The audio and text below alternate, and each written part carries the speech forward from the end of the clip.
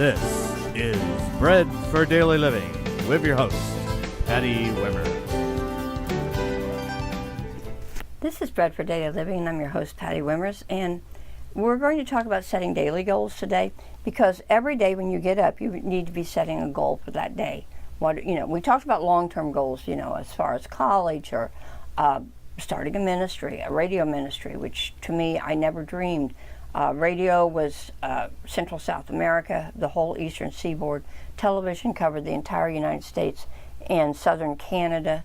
And now with YouTube, we cover the world. Our web page, we get hits from the Middle East, from all over the world that are hitting onto that. And what we're doing is I'm emailing my son the newsletter. And so I won't say each month, but as often as I remember to do this, because I'm still in the process of trying to get our web page so that it's more current. Anyway, we put the newsletter on there, and I'm hoping to put testimonies on there and some other things, which I realize now that all I have to do is just type it up and I email it to my son, and then he's doing all that from that. And he is our media specialist. My husband is our editor for all of our magazines, articles, and newsletter, partner letter, and our books. And if you want a list of our books, we have a catalog that we can send to you.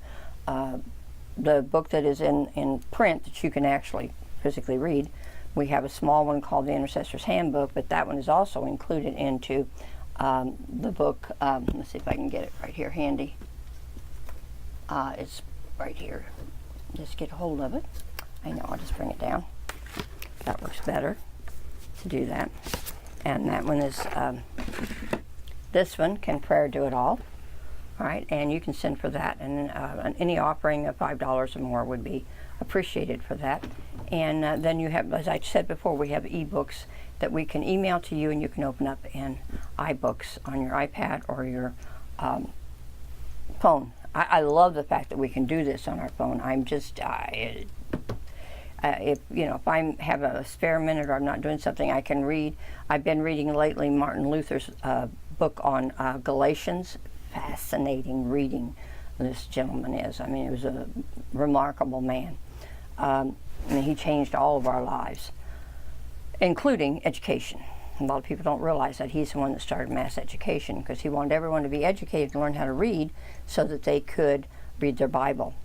And but I can do that anywhere, anytime. I don't have to carry a bunch of books. And trust me, I used to carry a satchel filled with books and Bibles and commentaries and so forth, and now it's all on your phone. I still like to pick up a book and read it. So you need to have short-term goals. I mean, just to think of, all right, look at your vision. What is your vision for your phone? Oh, it's to play games. Mm-hmm. How much time are you spending on that? A goal can be to just cut your time down. Not that the game is wrong, but how much time are you spending on it?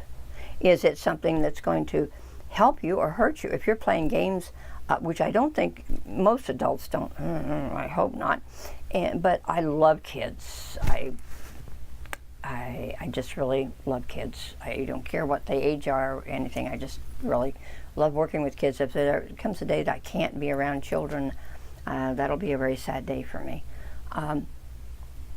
But they probably play a lot of the violent games. And, again, what I keep seeing, that's my eye gate. This is a gate. And Job said, I made a covenant with my eyes.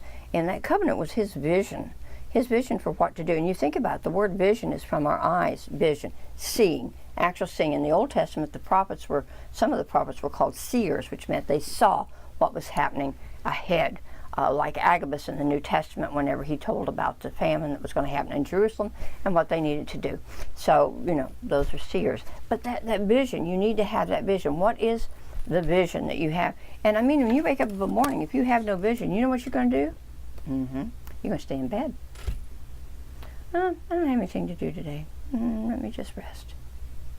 Or you get up and you'll eat all day. That doesn't work too well either. You have to have plans. And I know that's hard for some people. For me, it's easy. So I know that for some of you, that would be very difficult for you to sit down and to make a plan and to organize a day. you don't have to stick to the plan, but you need to have, what is your goal? With this Thanksgiving vacation, which is when we're doing this, was to tape this, get all of our Christmas stuff up, and get the lights up on the porch. And, I had set things that I wanted to do. And we've been able to so far continue to do them. And here I am taping these also. Thank God for that. And prayer from my friends. I can't thank them enough. And our partners, oh my goodness. They are so phenomenal, and their prayer and their financial support, encouragement, it's just wonderful. You may not realize, but when you send financial support, that's an encouragement. Plus, for you, it's planting seed that's going to produce a harvest. And in fact, in the Old Testament, it said if they recognized a prophet for a prophet, that they would get a prophet's reward. And if you'll remember, the prophet brought forth 2 different children who died, and they came back to life. And one that was thrown in on the prophet's bones and came back to life. So, you get the prophet's reward. And it says in the Old Testament, if you do what the prophet says, you'll prosper. Now, obviously, it can't just be any prophet. It can't be a fortune teller or a psychic, because they're not prophets. They do not speak for the Lord. And the Old Testament is very clear about the ones that do not speak for the Lord. So, but we'd love to have you partner with us. We like to share books and things with you. We have a free newsletter and a partner letter, and you help us to do what we're doing right now. That's why I was able to upgrade everything. This upgrade is not for me. Some people say, oh, that's why you got a new phone. No, I don't need a new phone, but I needed more gigs for the ministry so that I could do my books and do more videotaping, which I was not able. Well, I know I still call it taping. That's okay. I still call them dittos at school in their worksheets. But,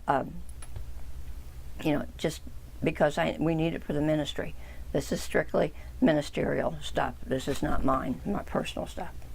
Do not add more or less to you. Let's say you have a job. I remember, I don't know if it's Joyce Meyer or Gloria Copeland, but one of them was teaching on this. And be sure to take care of your household duties as well as your job. Do not add something to your life to do if you cannot continue to take care of your responsibilities you have now, such as children or a house or pets or a husband or an ailing parents. Don't do more. I know that the Lord, all the way along the way, I stayed home and raised our son, which worked out really good, and I ended up homeschooling him, and which was some of the best years of my life as far as I'm concerned. I absolutely loved it. Is it for everyone? No. I had a girlfriend that tried it. After 1 year, she put him back in school.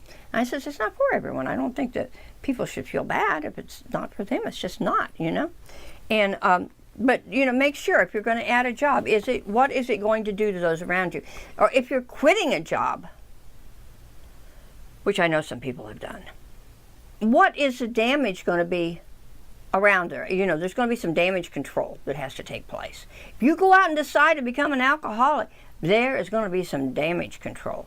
So when we make a choice, when I personally make a choice, it affects everyone. And trust me, when we decided to go into ministry, I kid you not, it affected everyone. But when I needed to take care of Mom, I was still able to do that and take care of my grandchildren. I was able to do all of that because I wasn't working. But then when the time came that everybody was grown, my son and the grandkids, it's like I needed to go back to work. And my granddaughter was just kept after me, Mama, you need to go substitute. We need substitutes. And I've stayed in that. And right now I'm in a school I've been at for 4 years, just as a sub. They just place me different places, and sometimes it's in a permanent position for a while. And I love that. And I love the people there. It's a phenomenal school. But I'm still able to keep and take care of the things I need to do at home and the ministry. The ministry has been a little bit sliding as far as I'm concerned. I don't think I've been as attentive as I need to be. I've done a lot of praying. But being diligent to do the taping, I have not been, because it was so frustrating. I could only tape one program on my old iPad, and then I couldn't download it onto Dropbox. I had to put it on, I think it's called Wii. That took about 2 hours. So that was it. I was done. One program, and it just, it was very frustrating. So I just, really didn't do much. Now I have no excuse at all. I have the equipment, I have the lighting kit, my son set up all that. He's made sure that the things that we need that I could not obtain, that he's gotten them for the ministry. So, don't add more than you can handle. And look at your spiritual goals. Are you reading your Bible every day? And our time is up. We're going to take up with that in the next program about what you're doing on a daily basis and how you are setting aside your time frame, time management, so to speak. Okay? We love you. God loves you. And always let Jesus be Lord of your life. All of your offerings to Bread for Daily Living are tax deductible. If you would like our newsletter or catalog of materials, please write to the address on the screen or email. Thank you for watching Bread for Daily Living.